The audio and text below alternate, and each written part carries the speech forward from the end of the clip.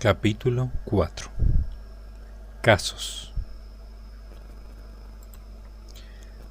Los casos de posesión que aparecen en la mayoría de los libros sobre el demonio tienen el problema de no haber sido presenciados directamente por aquel que finalmente los puso por escrito, sino que se basan en testimonios, y por lo tanto siempre plantean el problema de la fiabilidad. ¿Hasta qué punto sucedieron las cosas tal como las cuentan los testigos? Mi experiencia es que en este campo los impresionados testigos suelen magnificar las cosas. Ya no digamos nada si entre el hecho y su puesta por escrito han pasado algunos años. Por eso el valor de esta parte del libro es que yo puedo dar fe de lo que aquí se cuenta, ya que estos casos los he conocido y tratado yo personalmente. En la relación que haré de cada persona tratada, siempre distinguiré claramente entre lo que la persona me cuenta y aquello de lo que fui testigo directamente. Evidentemente, solo puedo dar fe de lo que he visto. Acerca de lo que me cuentan, ni yo mismo a veces puedo hacer un juicio claro. Creo que para los especialistas, tanto exorcistas como psiquiatras, será de utilidad por fin disponer por escrito de un buen número de casos seguros y que reflejen la variedad de tipos de posesos que pueden llegar a un departamento diocesano de atención a supuestos posesos. Por otro lado, la utilidad también de esta recopilación de casos que ha durado años está en dar a entender a los exorcistas que la inmensa mayoría de los casos que llegan a nosotros son casos que están muy lejos de cualquier tipo de espectacularidad y que, por el contrario, requieren de los que atendemos de una gran paciencia por lo tediosos que son, teniendo que ver muy a menudo más con una labor de confesionario o de asesoramiento psicológico, que con labores que tienen que ver más con guiones de cine que con la realidad diaria de nuestro trabajo. Hay casos espectaculares, pero son pocos. Incluso en los casos en los que hay una acción demoníaca invisible influyendo, la mayor parte de esos casos su acción es tan invisible y sutil que no tiene nada de extraordinario. Sin duda, conocer en detalle el día a día de este ministerio a través de estos casos va a quitar mucho misterio a esta labor, pero había que plasmar lo más fielmente posible la realidad, por muy desmitificadora que sea esta. Los casos que pongo a continuación tratan de mostrar con la mayor amplitud posible la gama de fenómenos demoníacos que puede tener que atender el exorcista. La gama de casos que llamarán a su puerta pidiendo su consuelo y ayuda. En la recopilación que sigue hay casos extraordinarios y sorprendentes, casos que sí que serían adecuados para una película, pero que no se equivoque el futuro exorcista. Son casos recopilados aquí, son tantos por haber sido reunidos después de años de atender a muchas personas, casos que no constituirán la labor ordinaria del que se dedique a este ministerio. Esta lista de casos que sigue trata de ser representativa, no omnicomprensiva, de todo lo que me ha llegado en estos años. Transcribir aquí todos mis archivos acerca de casos hubiera sido tedioso y sin duda repetitivo. He preferido simplemente mostrar la gama de hechos que pueden llegar a suceder.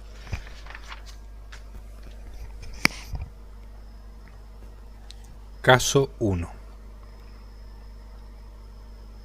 El caso más importante que he tenido en mi vida ha sido el de una chica a la que he dado en llamar Marta.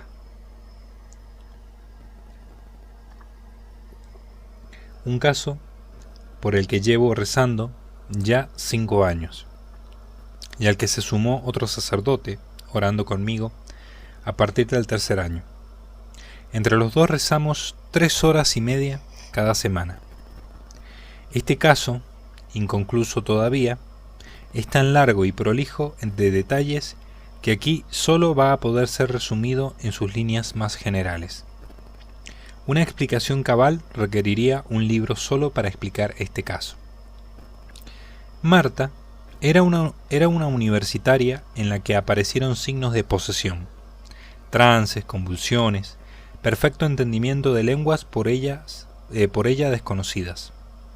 Hablaba lenguas extrañas, mostraba aversión a lo sagrado, etc. En ocasiones conocía cosas completamente ocultas que yo a nadie había comentado. Por supuesto, entendía el latín cuando le hablaba en ese idioma. Incluso en 3 ocasiones llegó a levitar, una de ellas encima de un sillón. Yo no fui testigo de ninguna de estas levitaciones, pero sí del resto de fenómenos aquí descritos. 5 años de oraciones, a razón de más de 3 horas semanales como media, es algo que acaba con la paciencia de cualquiera. Pero ni a su madre ni yo albergamos la menor duda acerca del carácter sobrenatural de lo que ella padece. En las sesiones han salido muchos demonios, pero la razón de que el caso haya sido tan largo al principio radicaba en que existía un chico obsesionado por ella, obsesionado por obtenerla sexualmente, y el cual pertenecía a una secta satánica. Los demonios, a través de ella, en las sesiones de oración, nos decían que ese joven seguía invocando al demonio para conseguirla. La secta entera, en ocasiones, invocaba al demonio con ese propósito, habiéndose planteado él este asunto como un reto. Nosotros exorcizábamos a los demonios, pero el chico obsesionado con ella volvía a invocarlos para que entraran. Así semana tras semana. El Señor nos dio a entender, por medio de la misma posesa, que el único modo de acabar con esa situación era orar por el miembro de la secta satánica para que se convirtiera. Si no se convirtiera, Dios mismo pondría solución a esta situación. El caso se había alargado tanto para dar tiempo al miembro de la secta satánica a que se arrepintiera, antes de que la justicia divina cayera sobre él con todo su peso de eternidad. Aunque también se nos dijo, muy a menudo, que el caso era tan largo porque el Señor, por sus sufrimientos, estaba ayudando a muchos otros casos a lo largo y ancho del mundo. Es decir, la idea de corredención, la idea cristiana de que nuestros sufrimientos, si son recibidos con amor, o al menos con resignación cristiana, son transformados en gracias que ayudan a otros seres humanos. El nombre del chico dejó de aparecer en las sesiones, y este segundo aspecto, el del valor sobrenatural de la perseverancia en el sufrimiento, parecía que era la única razón para que Dios permitiera una duración tan prolongada. En este caso, a través de ella, en ocasiones, los ángeles nos hablaron, dándonos aliento, moviéndonos a la fe y el amor a Dios. A veces olimos perfumes en una parte concreta del aire de la capilla. Seguimos orando por ella con la tranquilidad de que ninguna oración es infructuosa y que la obediencia a los planes de Dios obtendrá su premio. Caso 2. La noche de Halloween, un niño de 11 años notó que una sombra se le acercaba.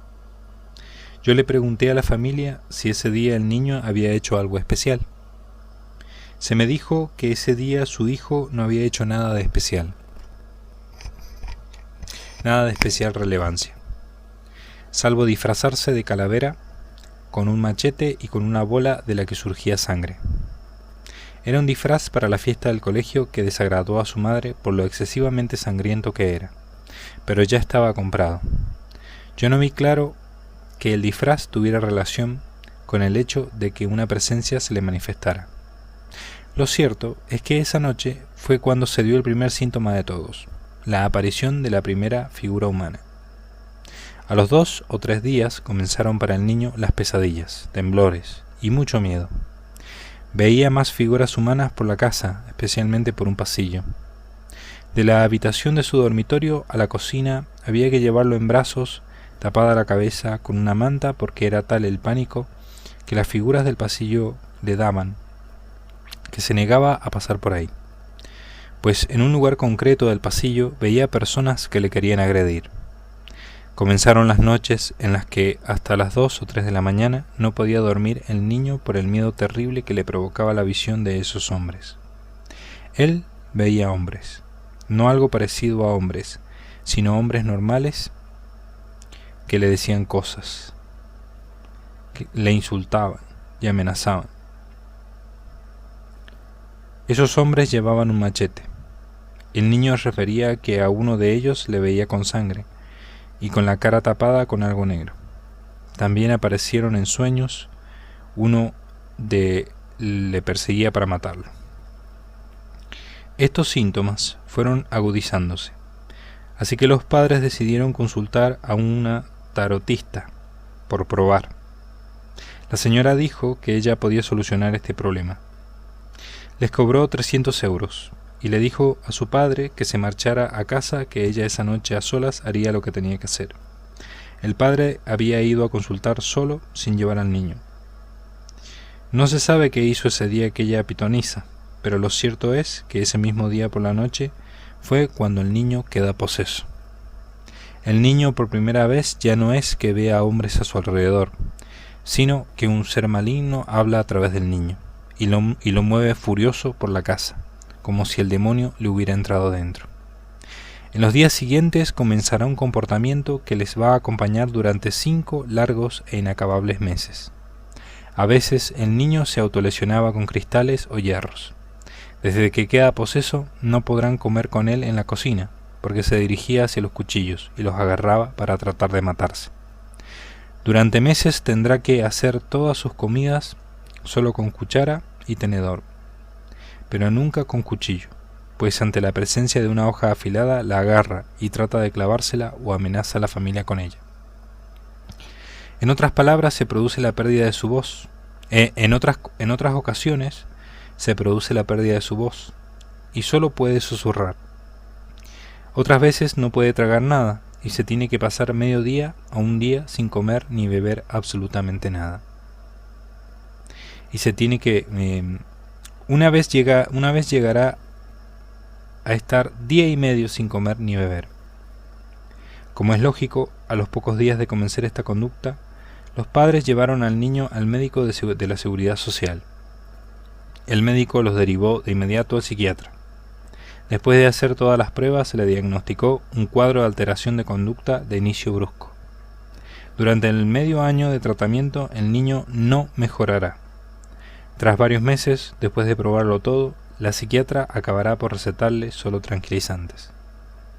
Y algo después, finalmente, la especialista reconocerá su impotencia para curarlo y se limitará a ordenar que el niño ya no puede perder más clases y que por tanto ha de ir al colegio en ese estado. La madre insistió en que el niño formaría un espectáculo tremendo en la clase cada día, pues que lo encierren en una sala del colegio con llave hasta que se calme, fue la respuesta. La madre intentó hacerle comprender que solo en una sala rompería algún cristal para clavárselo. Pero la psiquiatra fue tajante. El colegio de ningún modo aceptó que el niño en ese estado asistiera a las clases. Los profesores, después de deliberar, decidieron una medida excepcional que en ciertos casos se practicaba, y que consistía en que el Ministerio de Educación le enviara un profesor particular a su casa para que hiciera lo que pudiera. Fue en esta situación cuando los padres, que nunca habían sido practicantes en materia de religión, y que incluso tenían muchos prejuicios contrarios a la iglesia y los sacerdotes, decidieron ir a consultar a un sacerdote. Ese sacerdote los hizo venir a mi parroquia. La historia que me contó la familia entera, los padres y un hermano de 18 años, más el niño, Es la que he relatado aquí. Meses después, les pedí que me trajeran los informes del hospital para ver con exactitud qué síntomas había provocado la posesión en ese niño. Cada posesión provoca unos síntomas determinados. El informe clínico del ingreso en el hospital lo transcribo aquí literalmente. Todo lo dice el informe más las anotaciones posteriores. Informe clínico de ingreso. Está siendo visto en este centro por un cuadro de miedos nocturnos, insomnio de conciliación y alucinaciones visuales de tipo histeriforme y ansiosas. El diagnóstico que consta en la historia clínica es de sintomatología disociativa y somatización, en mayúscula y subrayado. F45.0 y F44.0. Actualmente sin causa orgánica que lo justifique. EEG y TAC craneal normal. A consecuencia de dichos síntomas requiere un ingreso hospitalario para estudio y se pauta un tratamiento psicofarmacológico con evolución positiva pero lenta. La mejoría clínica es positiva pero lenta. Dada la incapacidad que ahora posee el niño, sería recomendable un apoyo escolar en casa.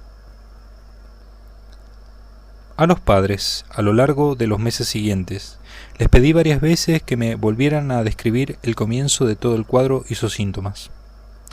En una de esas veces les pedí que se fijaran solo y exclusivamente en los síntomas de tipo físico. De la conversación con toda la familia presente, menos el niño, hay que hacer las siguientes aclaraciones externas al informe presentado antes. El niño, 3 meses antes de este informe, en el mismísimo comienzo de todo, comenzó a sentir punzadas en la tripa, tan fuertes que dejó de comer progresivamente. El dolor era tal que ante la vista de sus padres se doblaba de dolor y no podía ni moverse. Para andar trechos largos y evitar estas punzadas había que tomarlo a cuestas. Ante esta situación fue ingresado durante 17 días en un hospital en el que se le diagnosticó anemia e irritación en el ileón. Aquí hay una nota a pie de página que dice: el ileón es una parte del intestino. Estas punzadas se fueron reduciendo cuando empezaron las primeras manifestaciones del demonio y las crisis de furia. Desde la redacción del informe psiquiátrico arriba transcrito hasta que vinieron a verme a mí transcurrieron 2 meses. Solo estuvo ingresado en la planta de psiquiatría un fin de semana. Después su caso fue seguido desde el hospital, pero viviendo en casa con su familia. El niño fue tratado por el jefe de la planta de psiquiatría, e incluso fue caso de estudio para todo el equipo de psiquiatras por lo interesante que era. Finalmente, tras 2 meses de tratamiento, como el niño decía ver figuras humanas y demonios, consideraron el trastorno como una obsesión que alguien le hubiera inducido, considerando el caso como un trastorno límite de la personalidad. Aunque en el informe transcrito se dice que hay una evolución positiva pero lenta, los padres lo niegan totalmente. No hubo ningún tipo de mejoría por pequeña que fuera. Desafortunadamente, el demonio que tenía dentro podía elegir los momentos para manifestarse y los momentos en que sabía que debía permanecer oculto. Y así nunca se produjo ni una sola crisis, una de las diarias crisis en que la otra personalidad emergía cuando estaba el presente el médico, ni una sola vez. Incluso cuando estaba ingresado en el hospital, si se producía una crisis de furia y llamaban a la enfermera para que avisara al psiquiatra, el niño volvía en sí antes de que llegara el médico, y después la voz les decía que les iban a tomar por locos a ellos y no a él. Las crisis nunca las vio el médico, pero como yo comprobé, sí que fueron testigos de ellas los 2 padres y su hermano de 18 años. Estos fueron los hechos que me refirieron acerca del caso cuando llegó por primera vez a mi parroquia. Aquella primera vez que vinieron a verme, cuando el coche de los padres aparcó delante de mi iglesia, el padre me preguntó que dónde llevaba al niño, pues desde que habían aparcado delante del templo el niño no podía andar, ni apenas hablar, salvo con un susurro. El padre cargó al niño sobre sus espaldas y lo bajó a la cripta donde hacíamos las oraciones. Una vez dentro de la capilla, el comportamiento de aquel niño cambió radicalmente. La voz era horrible, áspera y grosera, como de alguien adulto. Profería insultos soeces, me escupía continuamente, se reía de mis oraciones, repetía despectivamente que no servirían para nada. La fuerza del niño en aquella primera sesión de oración era sorprendente. Su padre, un hombre muy fuerte, y su hermano de 18 años, muy aficionado a las artes marciales, tuvieron que emplearse a fondo para mantenerlo tumbado sobre la colchoneta. Pero el niño se escurría, inasequible al desaliento. Rezamos por él 1 hora. Después le di a los padres los consejos habituales de las oraciones que debían aconsejar al niño que hiciera cada día. En la segunda sesión, el niño volvió a escupir a la imagen de la Virgen, al sagrario. Repetía gritando el nombre de Shambhalá, como si fuera el nombre de un demonio que pudiera venir a ayudarle. El demonio que hablaba a través del niño siempre se mostraba despreciativo. Llevábamos rezando un buen rato por el pequeño poseso, cuando sentí en mi interior que debía abrazar al niño. El niño solo manifestaba odio, así que sentí, de un modo muy profundo, que el abrazo amoroso sería algo que desarmaría al odio. Los padres presentes me preguntaron incrédulos si estaba seguro de que yo quería que lo soltaran para darle un abrazo. La verdad es que interiormente tuve que resistir al miedo, porque el niño pegaba todo tipo de golpes a los que le sujetaban y les agredían con una rabia y ferocidad increíbles. Acercarme a él sin que 2 personas le sujetaran suponía arriesgarme a que mis gafas salieran volando varios metros del primer puñetazo que me propinara. El niño era ciertamente muy peligroso, ya que físicamente podía provocar daños muy serios. Pero internamente sentía que había que hacer eso. Así que le pedí internamente a San Miguel que fuera él el que lo sujetara, que yo me concentraría en hacer un acto interno de caridad hacia esa persona atribulada. Aunque tuve que repetir varias veces la orden de que lo soltaran, al final obedecieron. Ante mi sorpresa, el abrazo y el acto interior mío de gran amor hacia ese niño no pareció perturbar lo más mínimo al demonio que había dentro de ese cuerpecito. El espíritu maligno, con el mismo descaro e imperturbabilidad, se rió de esa nueva medida. Curiosamente, aunque trató por todos los medios de que no lo abrazara, una vez que lo hice se vio imposibilitado de huir de mis brazos que apenas tuvieron que hacer fuerza para sujetarlo. Gracias a Dios no me arrancó el pelo. Varias veces agarró un mechón de mi cabeza con sus manos y fríamente me dijo: «Y ahora vas a ver cómo lo arranco de un tirón entero». Sin embargo, una fuerza invisible en el último instante le detenía, pues al cabo de medio minuto soltaba el mechón. Durante los 3/4 de hora que le tuve abrazado, temí la posibilidad real de que de pronto viera en su mano un gran mechón de mis pelos arrancado. Temí por mis gafas, por mis ojos, por mi nariz, que me lo hubiera podido romper sin lugar a dudas. Estaba abrazando a este niño diabólico. Estar abrazado a este niño diabólico era estar abrazado a alguien que quería hacerte el mayor daño posible, y te tenía a mano, y que había demostrado ser difícilmente controlable por 2 adultos fuertes. Sin embargo, por alguna razón, tenía la seguridad de que en esa fase del exorcismo lo único que se podía hacer era eso: dar amor a través de ese abrazo. Pero el mismo Dios, que no permitió que me hiciera ninguna herida grave, permitió que me diera golpes con la palma de su mano sobre mi calva y sobre mi nuca. Los golpes eran muy fuertes, con toda su fuerza, y además, antes de dármelo, sádicamente, con detenimiento, sin ninguna prisa, señalaba con el índice el lugar donde me iba a pegar. Y después, con voz burlona, me decía cosas del estilo: «Uy, qué pena el daño que te voy a hacer. Prepárate porque este sí que va a ser fuerte». Y acto seguido me golpeaba allí con todas sus fuerzas. Después, burlonamente, me preguntaba: «¿Te ha dolido?». Como yo no contestaba a ninguna de sus preguntas, añadía: «Bueno, no importa, el siguiente va a ser peor». Y efectivamente, volvía a señalarme otro lugar de la calva o la nuca, y tras unos comentarios jocosos descargaba la palma de su mano con todas sus fuerzas, que eran muchas. Aquello estuvo todo el tiempo al borde de mi resistencia, pero resistí, porque me di cuenta de que para liberar al niño no podía yo hacer nada mejor que ofrecer mi sufrimiento. Me venía el pensamiento de que si Jesús había no solo orado por liberarnos, sino que también había ofrecido al Padre sus padecimientos físicos, así también convenía que yo no solo orara, sino que ofreciera sufrimientos. Y así yo estaba allí sufriendo, por mano de ese demonio a través de ese cuerpo que dominaba, para liberar a ese mismo cuerpo de ese demonio. En un momento dado fue como si yo sintiera el amor de Dios hacia ese niño, y fue entonces cuando el poseso pudo, por primera vez, repetir frases de alabanza a Dios que le dije.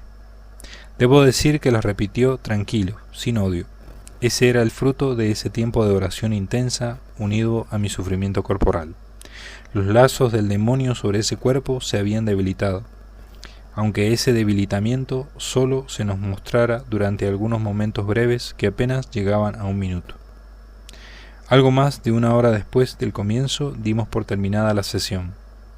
Externamente parecía que no habíamos logrado casi nada, pero aunque no viéramos mucho progreso, el demonio sin duda estaba perdiendo poder sobre ese cuerpo, aunque se cuidó muy mucho de manifestar nada que nos diera la más mínima esperanza. En aquella segunda sesión habíamos visto al niño menos furioso y había ofrecido menos resistencia física. Había comenzado el declive del espíritu y ese debilitamiento se iba a ir acentuando sesión tras sesión. Cada vez ejercía menos fuerza, cada vez sus crisis eran menos furiosas. Insistía a los padres en que tenían que lograr que el niño rezara algo, aunque fuera solo con la boca, sin prestar mucha atención. También logramos que su párroco le diera la comunión a solas, con la iglesia vacía, para que no hiciera ningún escándalo en la misa.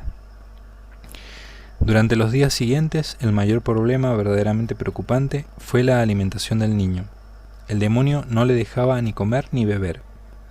Ante una llamada desesperada de la madre, angustiada por este asunto, le dije que si pasaba más de un día entero sin beber, que lo llevara a urgencias al hospital.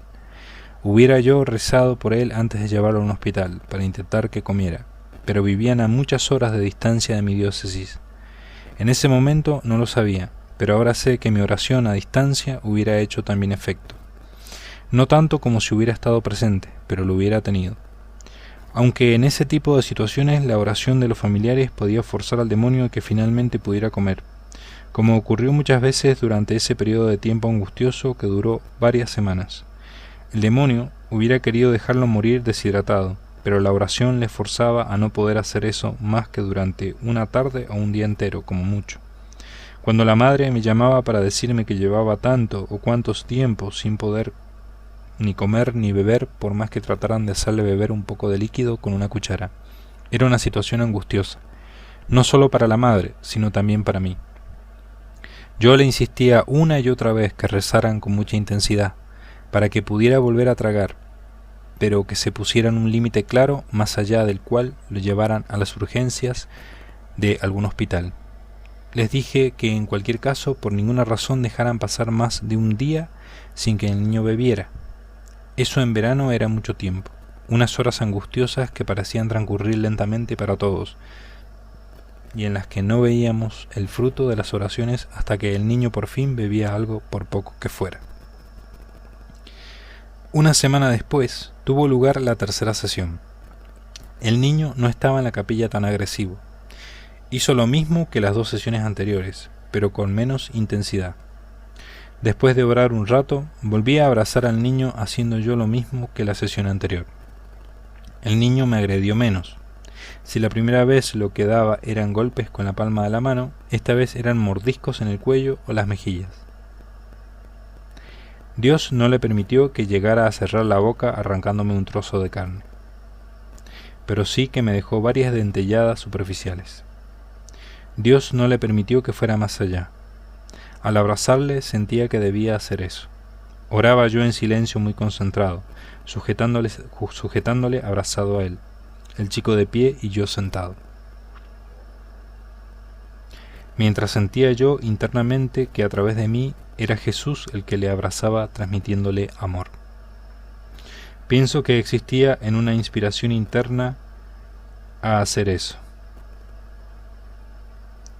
una teología del cuerpo en la que la acción de Dios se transmitía no solo por la oración, sino también por la manifestación del amor de Dios a través del cuerpo. El demonio muestra su odio a través de una corporalidad, el cuerpo del poseso, y nada podía ser más torturador para ese espíritu maligno que recibir cariño de un modo visible y tangible en esa misma corporalidad sobre la que ejercía su despotismo. El amor era como si le atase primero y después penetrase en él. Aún así, atado y desarmado ese espíritu, aunque no de forma completa, la sesión acabó con el demonio riéndose y repitiéndonos que no habíamos logrado nada. El demonio hacía eso para desalentarnos, pero bien sabía él que cada sesión debilitaba más su poder. Aunque si le echábamos agua bendita para desmoralizarnos, cantaba como si estuviera en la ducha. Si le acercábamos un crucifijo, decía con toda calma: «Bah, eso no me hace nada». Si le exorcizábamos del modo más solemne y fervoroso, nos despreciaba y me decía con tranquilidad: «No tienes ningún poder sobre mí». Tras la semana que siguió a la tercera sesión, en su casa se dio un extraño cambio. El niño comenzó a comportarse como un perro. Durante un cuarto de hora o media hora, el niño andaba a cuatro patas, olfateaba todo, lamía cualquier cosa por sucia que estuviera y ladraba. En esos momentos no había posibilidad de hablar con él, pues solo respondía con ladridos. En la cuarta sesión no hubo nada reseñable, salvo un mordisco que me dio en el cuello y que me dejó una marca grande. Creo que fue por la ayuda de Dios el que esa marca no continuara horas más tarde cuando tenía que dar una conferencia sobre los cónclaves.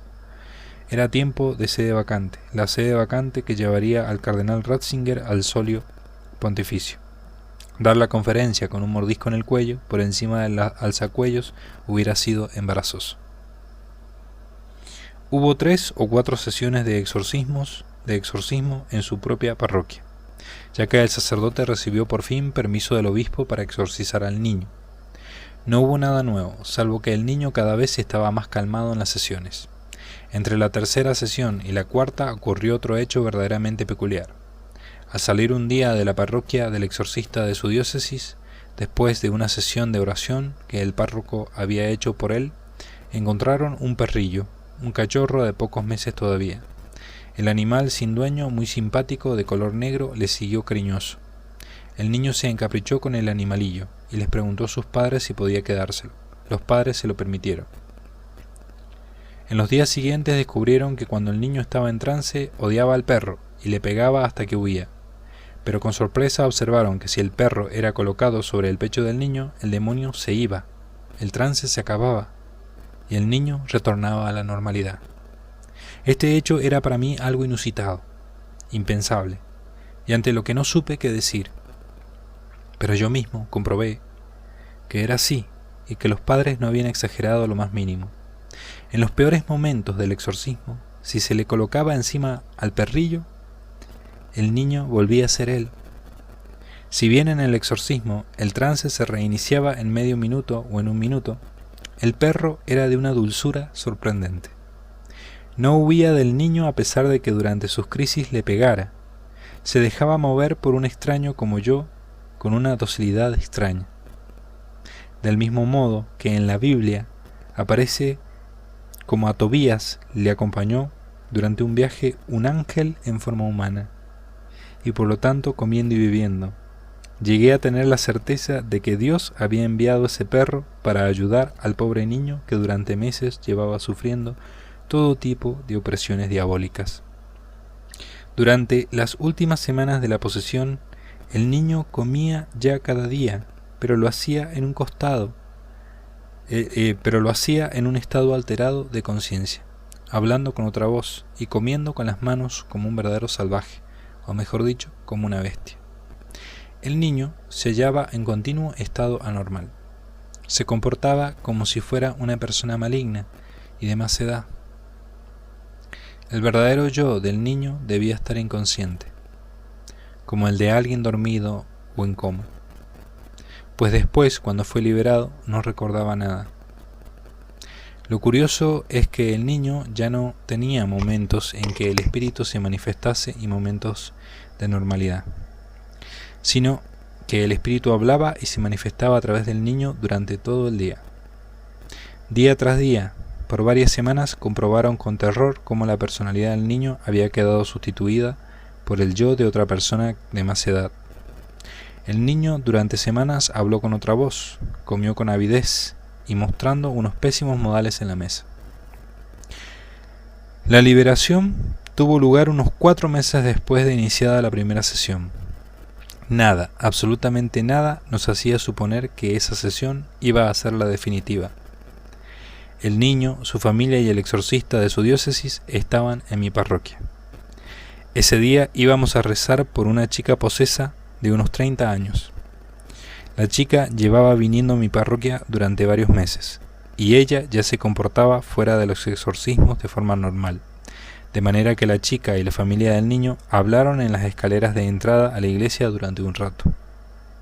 Los padres estaban interesados por conocer otro caso con un problema de posesión como el de su hijo, y lo mismo sucedía en la chica, que tenía interés por conocer detalles de alguien que estaba pasando por el mismo calvario. Se trataba de una curiosidad lógica, así que les dejé hablar todo el tiempo que quisieron. Horas después, los padres estaban comentando entre ellos que se iba a exorcizar a esa chica aquella tarde, cuando fueron escuchados por su hijo, el cual dijo con convicción que él podía ayudar en ese otro caso.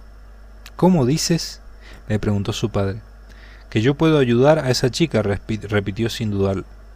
La seguridad del hijo sorprendió al padre. Nunca antes le había hablado de esa manera, ni había manifestado ningún interés por esos temas. El padre me comentó lo que había pasado, y me preguntó si quería que el niño orase por la chica durante el exorcismo. No hace falta decir que me quedé boquiabierto ante esta inesperada petición. Era lo último que me podía imaginar que sucediese. Nunca pensé que en toda mi vida me encontrase con una situación tan intrincada como la que se me estaba ofreciendo. Pero no tuve que meditar mucho la respuesta. Mire, le dije, yo no le pido que su hijo asista al exorcismo, pero si usted quiere que asista, yo no lo voy a impedir. Pero que quede claro que yo no se lo pido. Así que cuando comenzó el exorcismo, el niño estaba allí, sentado en un banco a 2 metros de una posesa furiosa tumbada en una colchoneta. Había habido personas adultas que habían pasado noches sin dormir, impresionadas por lo que habían visto en los exorcismos. Si alguna vez me hubieran preguntado qué me parecía permitir la asistencia de un niño a un acto así, hubiera contestado que una temeridad inexcusable. Pero por alguna razón, también yo estaba tranquilo, como si supiera que no tenía que preocuparme, y que iba a suceder algo que estaba en los planes de Dios. Y efectivamente, nada más comenzar el exorcismo, y a pesar de la manifestación furiosa del demonio a través de la posesa, el niño poseso se movió por la capilla con toda tranquilidad, pidiendo que le dejaran poner sus manos sobre el cuerpo de la posesa, y dirigiéndose al demonio ordenándole que saliera, recordándole que no tenía ningún poder y que reconociera la majestad de Dios. Fue todo un espectáculo ver a un tierno niño exorcizar a la posesa furiosa como si lo hubiera hecho toda la vida.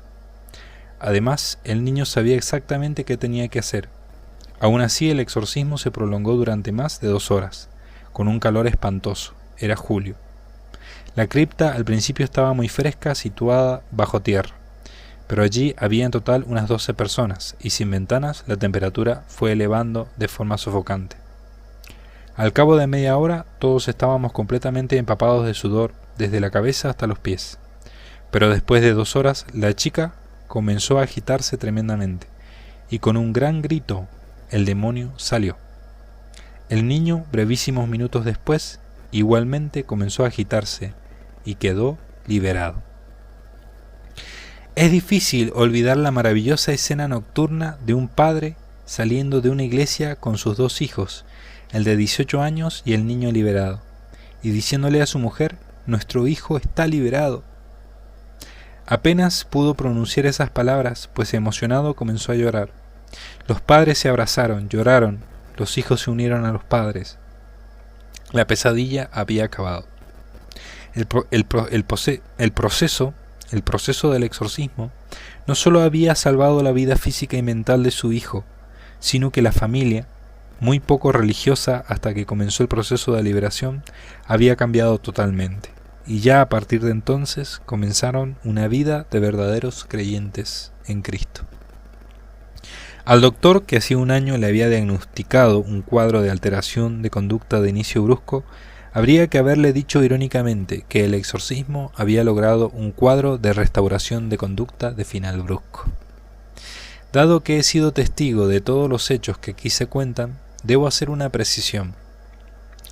Después de 2 horas de oración estaba cansado y me había marchado a cenar solo, a una habitación que tenía en la torre de la iglesia, de forma que no fui testigo de esta liberación. Después de meses orando tanto por el niño como por la chica, no vi la liberación de los dos. Hago esta matización a la historia, pues de todas las sesiones de oración he sido testigo directo. Lamentablemente, de las 2 horas y media que duró la sesión, no estuve presente justo en el momento de la liberación, pero había allí 12 testigos que me refirieron la escena. Llegué cuando estaban dando gracias a Dios. El niño volvió a la más completa normalidad. Si bien en este, como en otros casos, hubo todavía que rezar por él unas cuantas veces más en su parroquia, pues algunos posesos, una vez liberados, experimentan cómo el demonio, una vez que sale, trata de entrar de nuevo durante algunas semanas. Y así algunas personas liberadas sufren durante el mes siguiente pequeñas posesiones, que se acaban con breves sesiones de 10 o 15 minutos. Estas posesiones son cada vez más breves, cada vez menos intensas, hasta que no se vuelven a producir. Yo las denomino posesiones eco, pues son como un eco de la gran posesión inicial. Caso 3.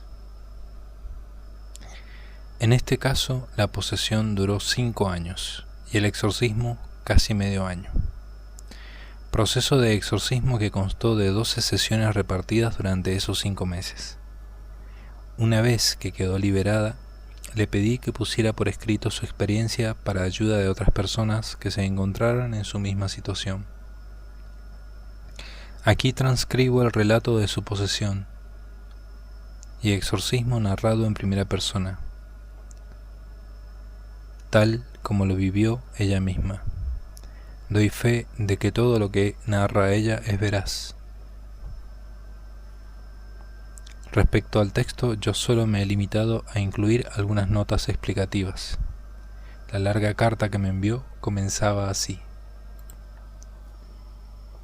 Era el año 2000. Tenía 25 años. Había emigrado con casi toda mi familia a los Estados Unidos y estábamos comenzando una nueva vida. Mi vida transcurría de forma normal, con días buenos y malos por doquier, con días buenos y malos como cualquier otra persona. Tenía un trabajo, estaba estudiando inglés y me adaptaba poco a poco a mi nueva situación. Quiero aclarar que jamás he consumido ningún tipo de droga, ni bebidas alcohólicas, ni tengo a nivel personal y familiar antecedentes de problemas mentales. Llevaba solo 5 meses en tierra americana, y de un momento a otro comencé a experimentar cambios en mi comportamiento, cambios que le atribuía a mi nueva situación.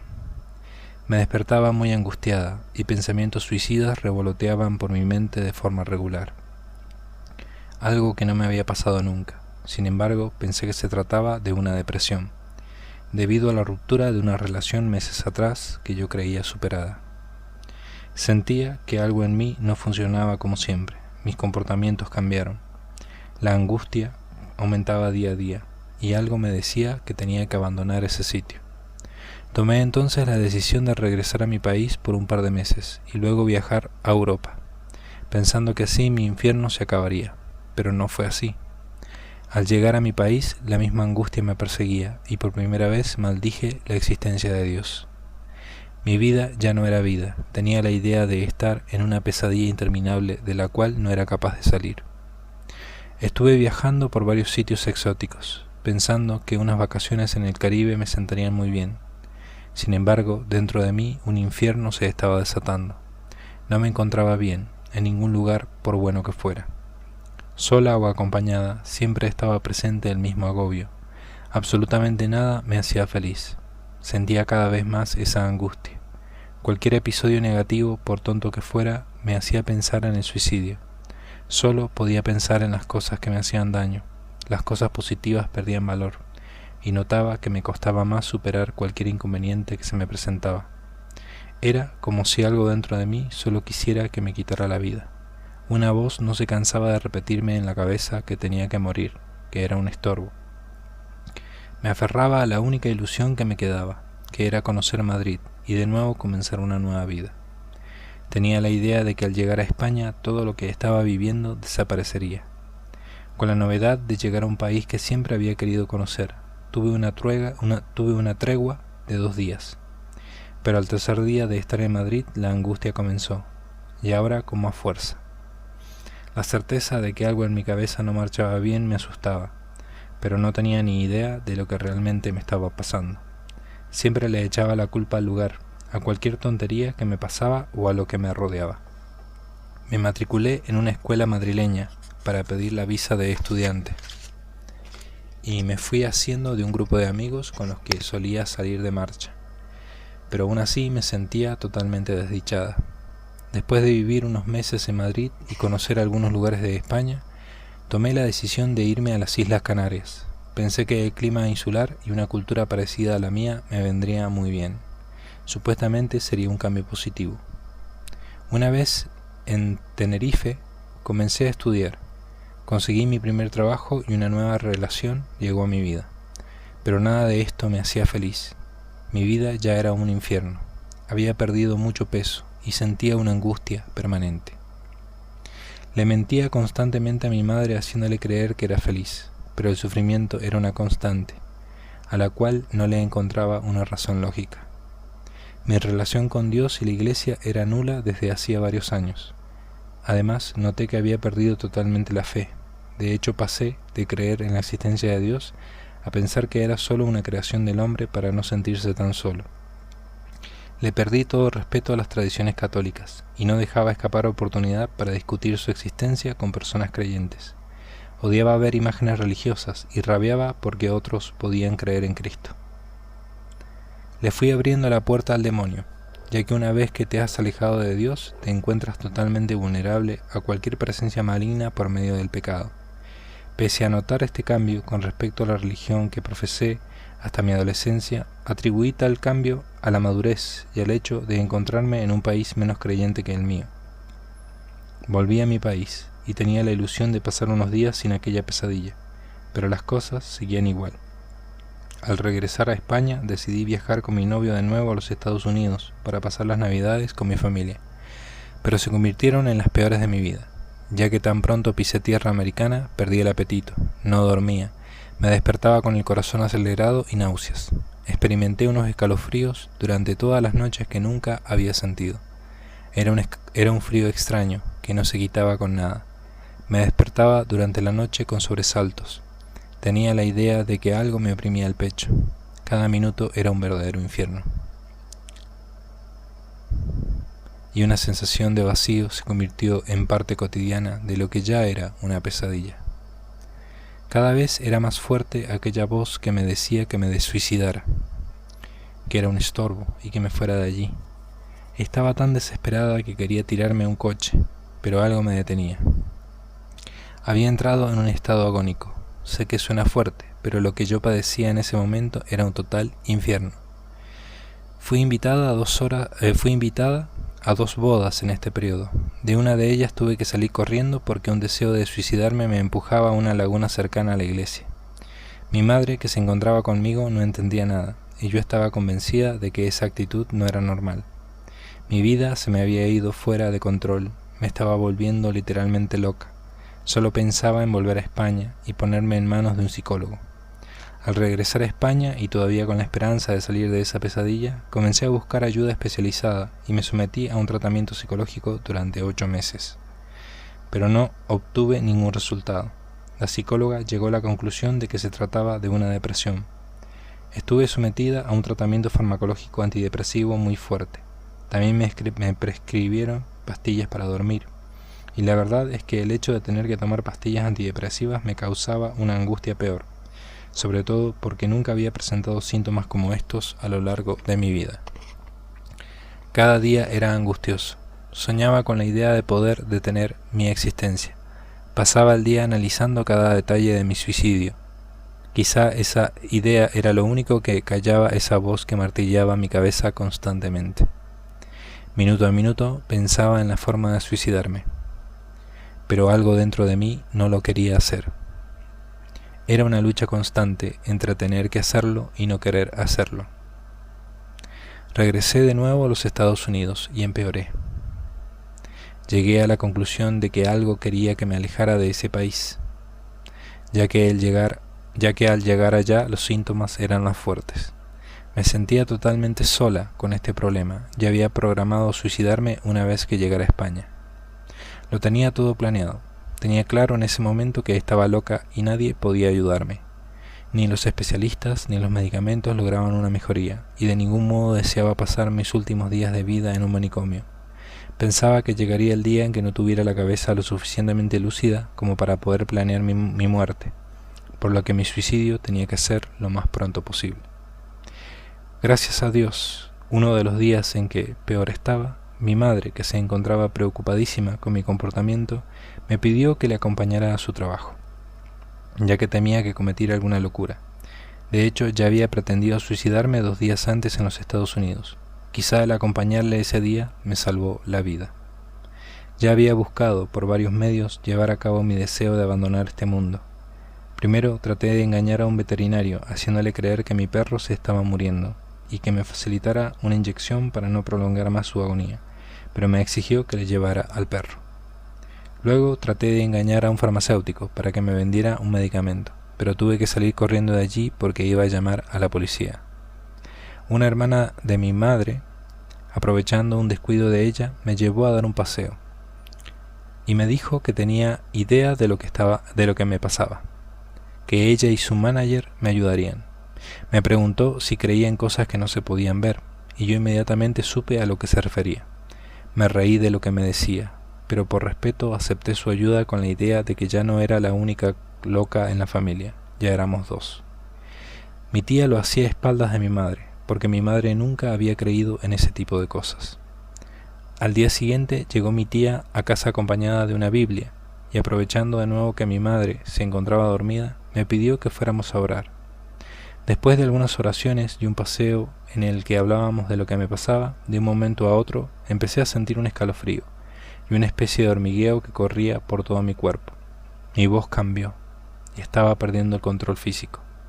De lo único que me acuerdo es de mis manos y pies, que en un momento dado los miré y estaban totalmente encogidos, como en forma de garra. Me asusté mucho, no entendía qué me pasaba y solo repetía el nombre de una chica que en ese momento vivía con el que fuera mi pareja al llegar por primera vez a los Estados Unidos. No recuerdo mucho lo que pasó, solo gritos. A mi madre de rodillas en la cama en donde resulté tumbada, a mi tía con la Biblia en una mano leyendo en voz alta y con la otra sujetándome la mía, y ese hormigueo que hasta mi tía pudo sentir.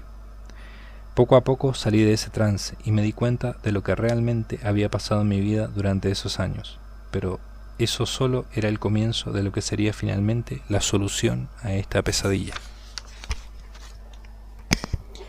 Regresé a España con la alegría de saber cuál era la causa de mis males y un alivio esporádico que me dio lucidez para buscar la ayuda que realmente necesitaba. Mi tía había logrado una tregua a mi tormento, pero la recaída fue atroz.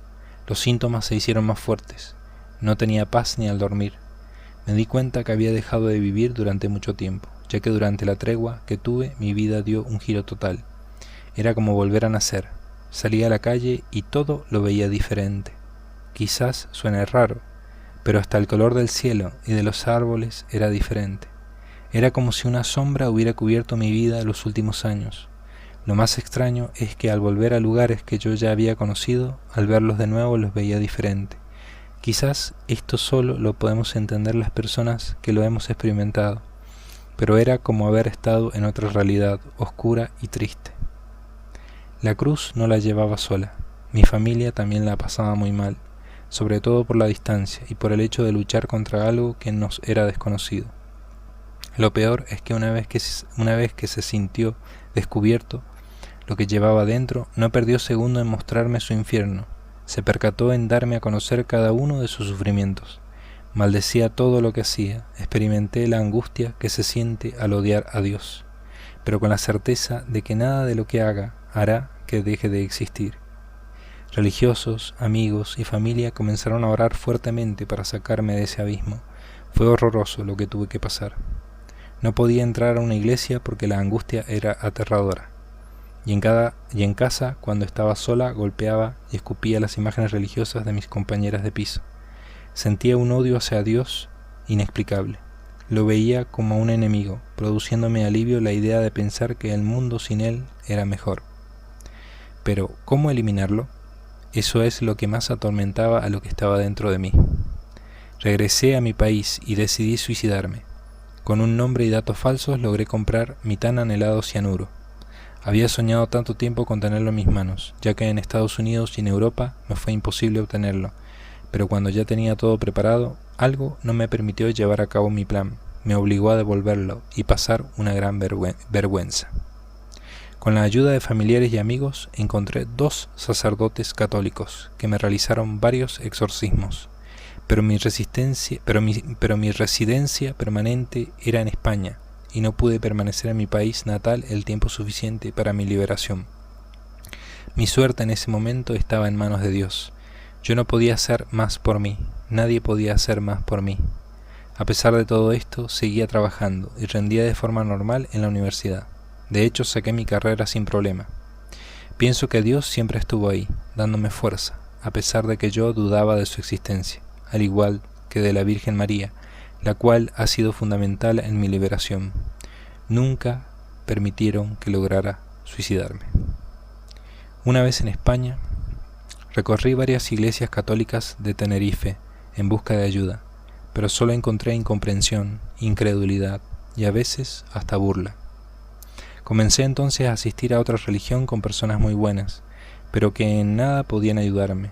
Además no tenían a la Virgen como referente, y yo sabía que algo muy importante faltaba. Pero seguí luchando. Algo en mí no me permitía dejar de seguir buscando mi liberación. Un día de octubre estaba viendo la televisión y me detuve a ver un programa sobre exorcismos. Justo allí vi por primera vez al padre Fortea. Me sorprendió cómo describía lo que padece un poseso, y era exactamente lo que yo estaba padeciendo. Entonces me entregué intensamente a la tarea de buscarlo. Aunque ya varias personas, entre ellos sacerdotes, me habían asegurado que lo mío era una posesión, el juicio del padre Fortea sería mi prueba definitiva. Vale la pena decir que yo no creía en nada de estas cosas, ni siquiera en Dios. Quizá mi posesión fue la prueba que Él me ofreció para comprender su existencia. Cristo se vale hasta de Satanás para mostrarnos su gran poder y su infinito amor. Tan pronto localicé al padre Fortea, le pedí que me ayudara. Me hizo algunas preguntas y posteriormente me dio como primera cita el día 5 de noviembre del 2004. Pero antes de que llegara ese día la pasé muy mal, no dormía, y aunque lograra conciliar el sueño, también sufría. La angustia y el desasosiego eran permanentes. En el fondo tenía la esperanza de que todo esto llegaría a su fin, pero mi inquilino también lo sabía y me transmitía todo su sufrimiento las 24 horas del día. El fin de semana, antes de entrevistarme con el padre, los síntomas se agudizaron. Algo me decía que él era el que me sacaría de este infierno, pero lo que yo tenía dentro también lo sabía, porque lo que viví días antes del viaje a Madrid no se compara ni con todo lo que había sufrido en los 4 años y 4 meses que llevaba arrastrando con esa pesadilla. Es difícil explicar lo que padecí en esos días previos a la cita. Solo puedo decir que si los seres humanos tuvieran una mediana idea de lo que es el infierno, no pecarían. Además, no solo sufría de forma espiritual, sino también físicamente. El 5 de noviembre del 2004 me presenté en la iglesia de la Virgen de Zulema. Eran las 7 de la tarde. Fue a empezar a subir la carretera que lleva a la puerta del templo cuando comencé a temblar. Un miedo aterrador me consumía. Tenía una sensación extraña, pero por un lado pensaba en mi liberación, pero por otro lado tenía pavor a lo que pudiera suceder. Tan pronto como entré en la iglesia, los síntomas se agudizaron. Las piernas me temblaban, las sentía pesadísimas. Solo recuerdo que me dirigí directamente al Padre, temblando, con náuseas, ya a punto de desmayarme. Le dije mi nombre. Nada más verme, él me preguntó si me sentía mal. Comencé a llorar. Me pidió que me sentara en un banco y lo esperara. Debió marchar a buscar más gente para sujetarme. Pero enseguida caí al suelo, y de ahí en adelante mis recuerdos son muy vagos. No sé realmente cuánto tiempo transcurrió, solo recuerdo que al despertar estaba en brazos de una mujer que me transmitía mucha paz. Estábamos justo al lado de una imagen de la Virgen. No recuerdo cómo llegué hasta ese sitio, solo sé que me encontraba muy tranquila. La angustia había desaparecido, y poco a poco me incorporaba. Esa mujer que formaba parte del equipo del padre Fortea me dio un mensaje en una lengua que yo desconocía, pero ella no tuvo que traducirla. Pude comprender lo que me decía. Su voz era suave y pude darme cuenta que ese mensaje venía de Cristo. La mujer se dirigió al padre y comenzaron a hablar en inglés. Notaba que hablaban de mí y por sus expresiones algo no marchaba bien. Poco tiempo pasó. El padre y aquella mujer se retiraron a hablar en el despacho. Yo me quedé tratando de orar con dos señoras que se encontraban en la iglesia. De un momento a otro comencé a sentir rabia, mucha rabia. Quería salir de allí, pero algo me lo impedía. Comencé a gritar y otra vez perdí el control de mi cuerpo. Recuerdo que traté de salir. De hecho, al volver en sí, me encontraba cerca a la salida. No recuerdo bien lo que ocurrió durante aquel tiempo. Quizás gritos, lenguas desconocidas, imágenes del padre Fortea acercándose, de otras personas y de aquella mujer sosteniéndome de nuevo en sus brazos. Sentí de nuevo paz. Estaba muy tranquila. En el fondo sabía que lo que tenía dentro estaba débil, pero permanecía conmigo. Al día siguiente, el mero hecho de retornar a la parroquia fue todo un reto. Algo no me dejaba. La angustia se apoderó de mí. Estaba desesperada. Al llegar a la iglesia observé que varias personas se encontraban afuera, pero cuando vi al padre Fortea perdí el control físico. No sé qué pasó. Cuando menos lo pensé, en un instante unos hombres me introdujeron en la capilla, que está justo debajo de la iglesia. Nota. Ella no lo recuerda porque estaba en trance.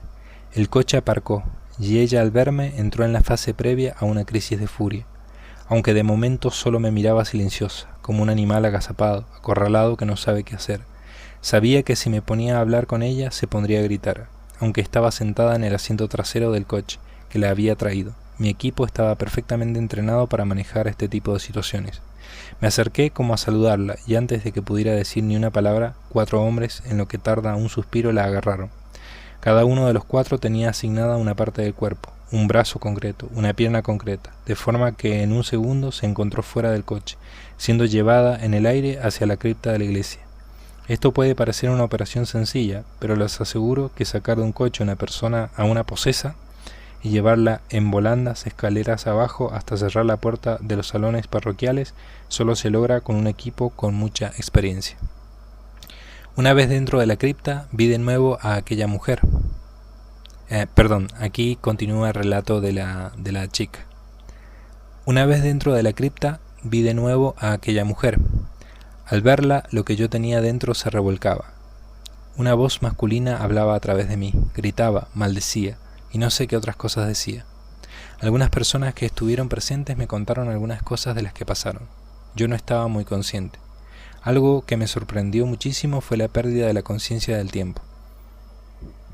Para mí fueron 5 minutos o menos, pero para los que estaban realizando el exorcismo transcurrieron aproximadamente 2 horas. Este era solo el comienzo de mi liberación. Por lo menos 12 exorcismos más tuve que pasar para ser liberada. Y me considero afortunada, pues en la parroquia vi que hay personas que pasan varios años antes de ser liberadas. Contar con detalle cada exorcismo es muy difícil, sobre todo porque en muchas ocasiones no eres consciente de lo que pasa, y si las personas que se encuentran presentes no te comentan nada al acabar, no llegas a saber a ciencia cierta lo que pasó. Recuerdo la angustia que me transmitía Satanás cada vez que estaba cerca de la iglesia o nombraban el nombre de Jesús o de la Virgen. También tengo imágenes del Padre y de aquella mujer que le ayudaba, la cual fue tan importante fue dentro de mi liberación, orando en lenguas para mí desconocidas.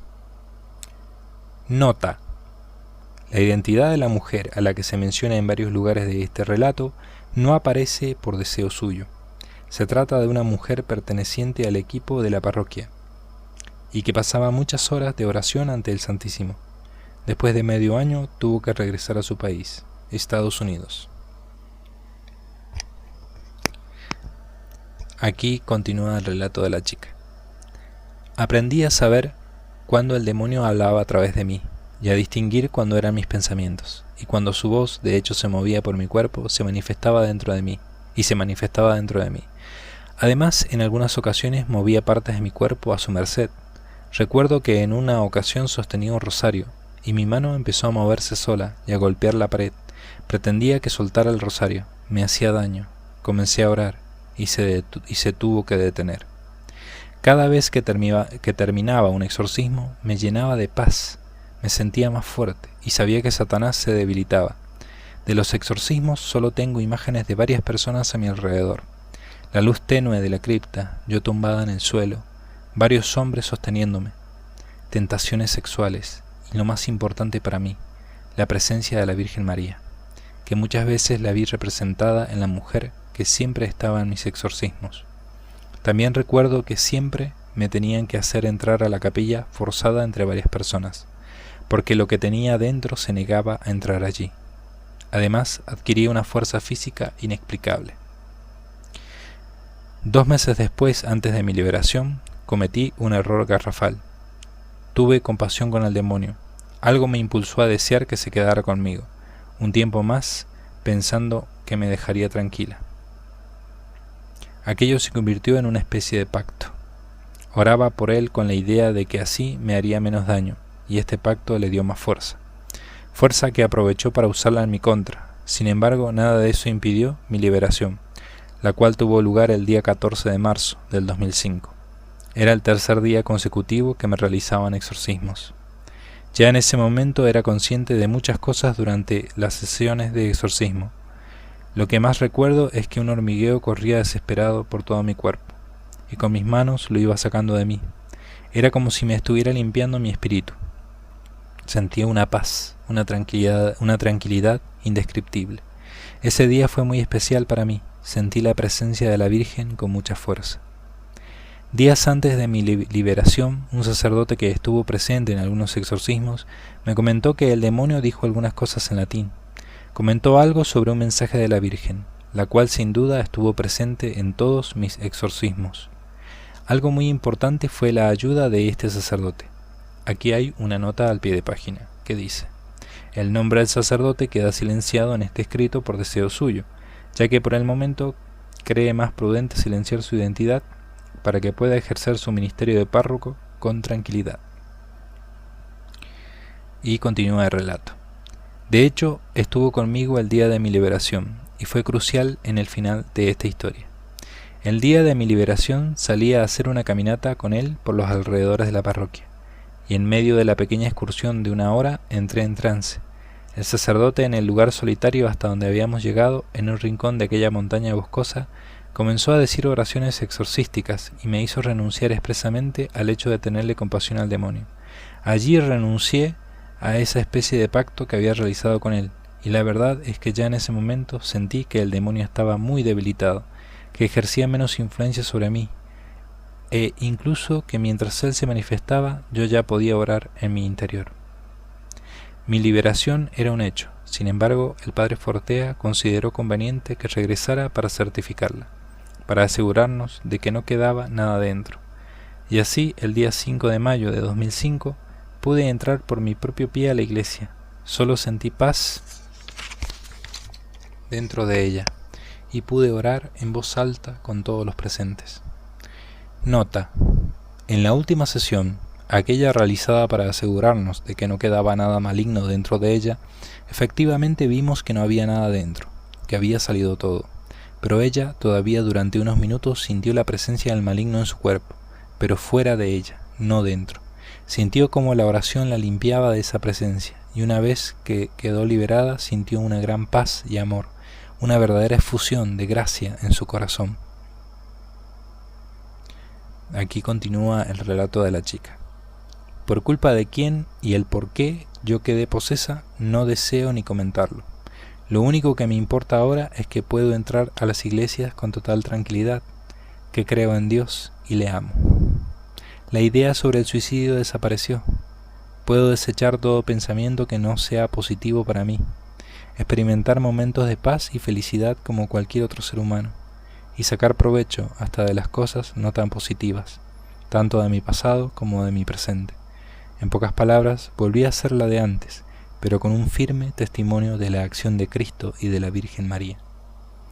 Gracias a Dios, gracias Virgen María, gracias Padre Fortea, gracias Padre. Aquí aparece el nombre entre paréntesis, gracias, y acá aparece otro nombre, acá aparece entre paréntesis que dice otro nombre. Gracias, colaboradores del Padre, gracias a mi familia y a todos aquellos que de alguna u otra manera me han devuelto a la vida.